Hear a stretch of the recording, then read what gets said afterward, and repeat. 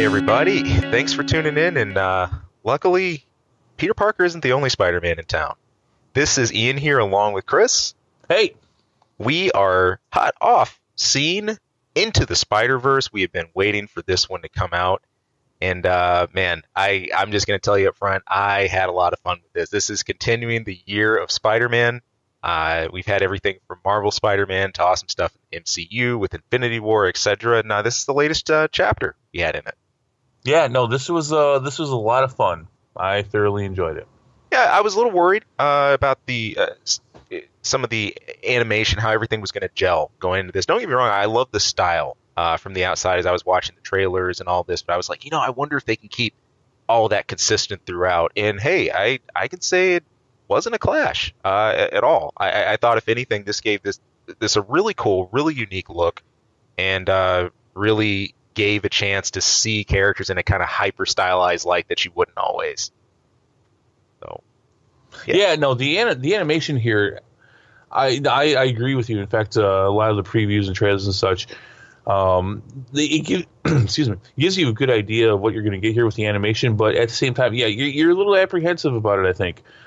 This is an absolutely beautiful movie. The animation is fantastic, but added on to that is the directing. Definitely. It really, I mean, this is, you have your animations, and granted, I don't watch as many animations as you because I like quality. Oh, but zing! Oh, we're gonna talk about that. This is this is something really. The animation and the directing of this is really something very special, and I think at the end of the day, this is what's going to shine the most for this movie. This is really something new and different and fantastic. Yeah, it's really welcomed. I think the cool part about the animation not causing a clash is, if anything, that's what pulls you in to the narrative more. You're really over the style really quick. You get enmeshed in it. It's common to look at this whole world that way, and then you're immediately brought into the characters. We're seeing the majority of the story from Miles Morales and his perspective. And the cool part is, you're not just thrown in immediately into his role as Spider-Man and web swinging and everything. We get a build. You get to see what his family life is like, what his interrelationships are like, what's happening with him currently before he's thrust into this crazy situation with the multiverse, and then dealing with supervillains and everything else that falls in. And I think it's done really well. That's as well as dealing with being the new Spider-Man. Yeah.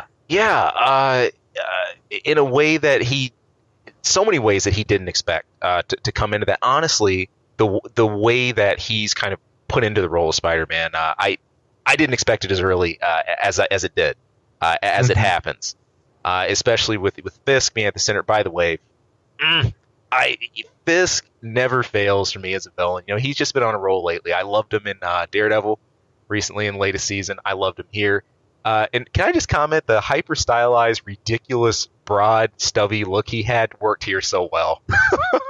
Yeah. No. And again, talking about the animation, was more specifically the style. I mean, the characters, in large part, your supervillains, not all of them, but in large part, are based on the Ultimate Universe. Right. But you have the over stylized Kingpin and Green Goblin and Prowler and all that. It looks great.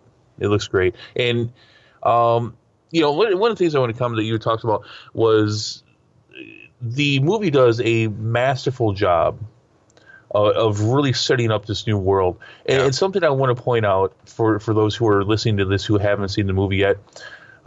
You do not get a glimpse of any of your typical mainstream spider people. Even this Miles Morales is not your typical. There is no Earth 616 here. There is no average Spider-Man. Your usual normal Spider-Man. Right. This is a different Miles Morales. Every Peter Parker that you see is not your normal typical one, which actually I think was a brave and I think at the end of the day a really good decision. I like the fact that this is a really epic story that does not lay on the maybe they're not lazy about, well, it's Spider-Man. None of them are your normal Spider-Man. And I think there's really good precedent for that. One thing that's always stood out about Spider-Man is he's the everyman's hero, the people's hero. And we've seen the origin story numerous times. We know his and roots. you will see it numerous times again. And you will. You go see it, you'll see exactly what we're talking about. It's done in a really, really fun way. But all of that in mind, I love how that sort of origin fatigue is taken and leveraged in a really cool way. You know, you're introduced to Peter Parkers who've been at this for a while. In fact, there's one of which is just really, he's done this so much. He's like, look, look, seen it, done it. Yeah, I'm Spider-Man, so on and so forth. Let's go on about our way. But it's done in such a way that you are really invited in, I think, but you're not really left in the dark. You know, if you know the basics of Spider-Man, that's all you need to run with that. And Right. even if you don't, you're given such a small cut. You've got enough to work with right there, and it's hilarious. And that contrasts really well with Miles, who's trying to step into this role. He wants to do it. He wants to step up to these challenges, but he just doesn't quite know how, and he's always just a beat off, whereas everybody else is already there. So. Yeah. Well, and to go back to that, I think it was a really, really interesting and good choice that you do have these spider people, but our main character, who we've really gotten to know, and they do a really good job of putting you in Miles' shoes and explaining this character who has actually been Miles Morales has been around for the better part of 20 years now. Yeah. But I still come across people who don't know who Miles Morales is. Wow. Who don't know this Spider-Man. So it does a really good job of hitting all the basic notes for Miles Morales, and they put you in this role. But he's so, just the story as a whole is he's so green. Yeah. He's so new at being Spider-Man, and it's really interesting because in kind of going to the larger topic, I was talking about how we don't have our average Spider-Man. None of them are your average Spider-Man that you know and that you've enjoyed for years, and all the different versions that have been created from that normal Spider-Man. None of that's here. There's a couple that are pretty close, but it does a good job of giving you all these different varieties of spider people, but at the same time they do it, they let's see if I can explain this right. You're on it. They acknowledge your average Spider-Man by him not being there, but by having all these different variations. Right. And they do a really good job of honoring that. It's like he's there, but he's not. Right. And I think that's the best way to explain it, at least for me. No, for sure. And if anything, the Miles sort of being pulled into this world it always feels so touch and go. In fact, you worry about him being so green because you're in the very hard hitting ultimate style of everything. Like giant Green Goblin and crazy powerful Doc Ock, crazy powerful Kingpin. Everything's slightly amped up a notch. So we've talked, I think, a lot about the setup, how the story's established, how all the multiverse situation is established. Looking a little bit about how the execution of all of this goes on and how we kind of build to the crescendo and how we build to the end of it. Looking at especially all the separate versions of Spider-Man and everything that we have, do you think they were all given fair screen time at the end of this? Nope. Yeah. Nope is one of my bigger complaints. Yeah. I have a couple big complaints about this film. That is one of them, is that it feels like, and this kind of goes into the larger thing, but I'll steer away from that right now. Sure. It feels like the first half of this movie was given all the time and space it needed and should have had to develop the story, develop Miles Morales for us, develop what's going on. And the second half felt way too short. The execution wasn't the best, but talking about where areas that I think suffered because of this is our alternative spider people from other dimensions. Right. None of them, with the exception of one, really got a lot of time. In fact, by the end of the film, I'm kind of like, is that really all we got from these characters? I mean, these are such great, diverse and different characters and no, man, they were almost all cut too short. Right. I thought this was characterized most when it came to Spider-Man Noir. Nicolas Cage did a killer job, by the way. I really enjoyed hearing his VA work with this. But looking at that, it was almost as though it was settled on, or just picturesque to just have him as sort of like a vignette cut. I mean, just looking at Spider-Man Noir, I mean, he's right out of the old school, detective style, 1930s epic wind blowing your coat, black and white. But they sort of left it at that and said this, no, don't need to go too far into that.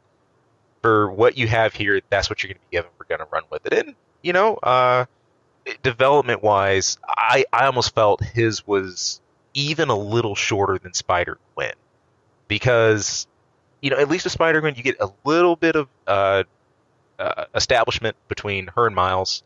They're either attending the same school, some hints at things that come later and stuff like that. There's even just a little bit more, but some, yeah, I think him, Noir and Spider-Ham, I think had the least to me. No, yeah, they didn't. None of them got a lot. They all got, almost all of them got maybe a couple steps above a cameo. Right. But not much more, and that really is a shame. I think there was definitely some room to show us some more interaction between these very diverse, yet they are all spider people, but they're all very different, and we didn't really get to see much of that at all. There's barely even some hints of it. Because you've got some of the best ones here. You have Spider-Gwen, who goes by Spider-Woman in this. I've actually never heard of her called Spider-Woman, but you've got Spider-Man Noir, you've got Spider-Ham, you've got Penny Parker. Yep. These are some really great diverse spider people, and yeah, you don't get a lot of time with them. They function well in the story, but this is kind of what I'm saying. I'm going to wait for that second part to talk about that a little bit more. Yeah. So what are we calling? Are we calling him lazy old Spider-Man? What are we calling him? You want to say Burnout Spidey?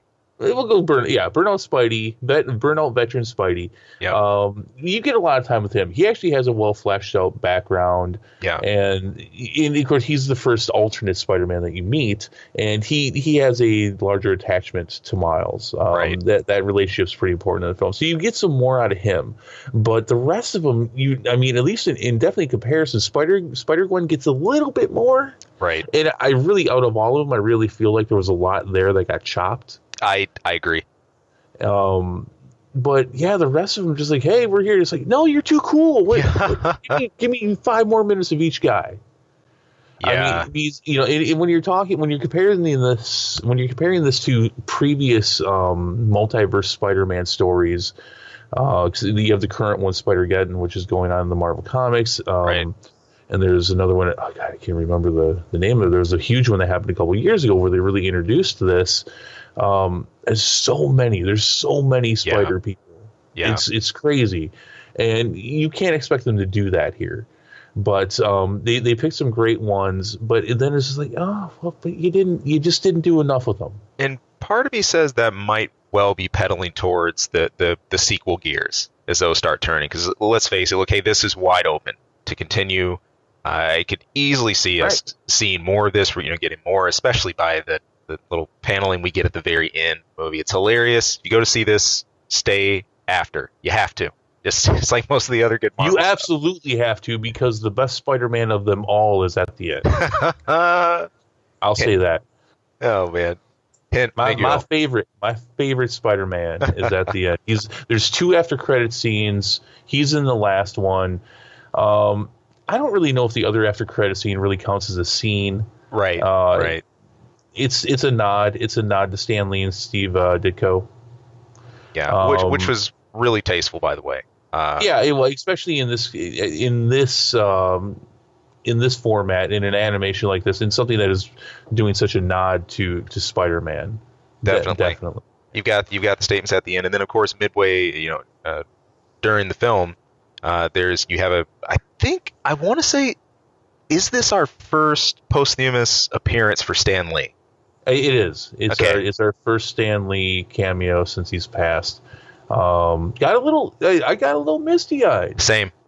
A little misty eyed, and the movie theater really hit a silent note at that moment. Wow. Yeah, that was rougher than I thought it was going to be. It was. Holy shit! Especially because it's cartoon Stan Lee. I know.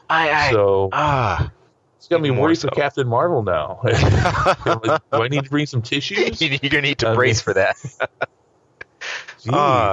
No, but there's some interesting stuff going in here, and I think it's important to look at potentially what kind of web this is casting. for into the future. I see what you did there. You see what I did there. The pun. Two things. One of the things close to the end, where it appears that when we think the whole multiverse loops are closed, you have what sounds like Spider-Gwen reaching out to Miles, like, "Hey, you have a second?" That was actually. I think they could have done without that. Yeah, there was that. But here's the thing that really took me back. Now, it was the main corporation here that. Alphamax. Yep, yeah, Alphamax, and that's, if I'm correct, my lord, that's from 2099, is it not? That originated in the 2099 world. That has since been put in that company, and its origins and beginnings has been in the main Spider-Man unit in 616 and other universes now. But yeah, that idea of that company originated in 2099, and it's kind of fun because we're at the point now where you are starting to see it and where it was at this point in time, and the shenanigans they're already starting to get into. It's your typical diabolical evil company in the 2099 world, and it's like, oh, look at you being a little shit already in 2018. Look at you. And that's what threw me even more. I think just the appearance of the radioactive spider that ends up biting Miles. There's something off with it. But before we even get the rest of the context of the story, it seems just glitchy, almost like it doesn't belong in that physical space. Sure enough, we dig through, it doesn't. So there's still that huge question. I think by the very end of that, there's some tampering going on here. That spider did not belong in Miles' universe. Right. Which who put it there from which I think that's wide open for a sequel. So. Yeah, well, no, they do. They set things up for a sequel, which is fine. I definitely would love to see this world again, or worlds, whichever world. Let me rephrase. I'd definitely like to see something out of this specific IP again, because who knows what world we'll be in. No, hopefully, if we're lucky, we'll be in the 2099 world. Yeah, right. That world needs some love, man. People love it still, and I think I'm a big fan. Oh man. So okay, great. Yeah, in terms of we've looked at, I think, some direction, character development. I think the styling, what we have presented here, the characters, the different universes. What it sounds like we're kind of shaping around the fence here. When you take all this in, at the end of the day, where are you sitting on a rating for this one? Well, I don't want to rate it quite yet. Okay. I don't want to rate it quite yet because there is another thing I want to say. Sure. And like I said, I was kind of dancing around when we were talking about the different spider people and how much time they got. My biggest complaint about this movie, and why I'm going to give it the rating that I am. Like I said, the first half of this movie does a brilliant job of immersing you into the story, immersing you into Miles Morales and getting you behind him as the main character and what's going on. The second half of this film does seem very rushed. Mm-hmm. It doesn't really fit very well, and even to the point of, I would say, the main action at the end of the film, just this movie does such a great job of setting everything up, but the execution just isn't quite there. Right. Things feel rushed. They don't quite connect the way that they should. Right. Things feel out of place, and I don't mean that in a literal sense, because we're dealing with a situation where everything's out of place. And if you're listening to this before you've seen the movie, you'll know what you mean when you see it. But everything just felt a little off, and again, it feels like they chopped some things out of this thing. And I don't know, who knows why, budget or whatever. I mean, because this thing is an hour 55. So they're already pushing 2 hours, which for an animation is really pushing it. For films, that's not such a big deal, but for animations, that's really pushing the envelope. So I have to feel that might be why. But it suffers. It suffers in the second half. And I think part of the reason why that's so noticeable is because they do such a good job with everything in the first half. Sure. That it's more noticeable to me that things aren't landing the way they should in the second. Right. And so you got to be prepared for that. There's that one point near this in the second act of this film, like, God, am I watching something truly brilliant? Right. And then I remember about 10 minutes after I thought that, I'm like, nope, here we go. They're not landing this all the way they should. All right, they're not getting it quite right. That's fine. It's still really good, but it's like, yeah, here we go. You bit off more than you can chew. Just a little bit. You didn't give it quite enough time and attention in the latter. Yeah, it's a lot to work with. Yeah, it is. I mean, one Spider-Man is pretty tough. Not to mention altogether, what we get 7, I think. Yeah. So, Peter Parker's, Miles, Spider-Gwen, Spider-Ham, Spider-Man Noir, and 7. Yeah, not counting the guy in the after credit scenes, which I've pretty much spoiled. So I'm just gonna spoil Spider-Man 2099. Booyah! Pew pew pew. Well, sorry. If it's your favorite, man, you gotta rep it. Totally can I just say something real quick before we rate once again? It's kind of funny because I actually can't give everybody the credit that I should, because I'm looking at the cast here, and literally the way that the cast is listed, this person played Spider-Man. Yeah. This guy also plays Spider-Man. Right. This guy also plays. I'm like, who? Who do they all play? The cast. Nicolas Cage being the most famous, obviously. But there's a lot of well-known names here. They were fantastic. Yeah. The voice acting was brilliant, and like I said, there's a lot in this crazy animation that meshes together so well. Right. That it puts more of an emphasis on the fact that it doesn't quite land in the second half. Yeah. Because it's all so good. There was a lot of time and attention put into this movie. It's a shame that it just didn't last throughout the whole thing. No. Hey, I think that's only fair. Okay, now I'm done. I'm going to round that corner, and I'm going to give this one a 9 out of 10. You're giving that? Okay, so we're rating 9. We're rating 1 out of 10 goobers, by the way. Goobers, which we found out was a thing. Yeah, that is a thing apparently. Yeah. You're giving it a 9 out of 10 goobers. Yep. All right, I'm gonna give it 8.5. 8.5 goobers. Fair enough. Out of 10. This was so close to a 9 for me, but at the end of the day, I got to put my bias aside, and just because it's a Spider-Man movie and it's a good one, I'm really feeling this is an 8.5. So fair enough. Give it an 8.5 out of 10 goobers. There it is. All right.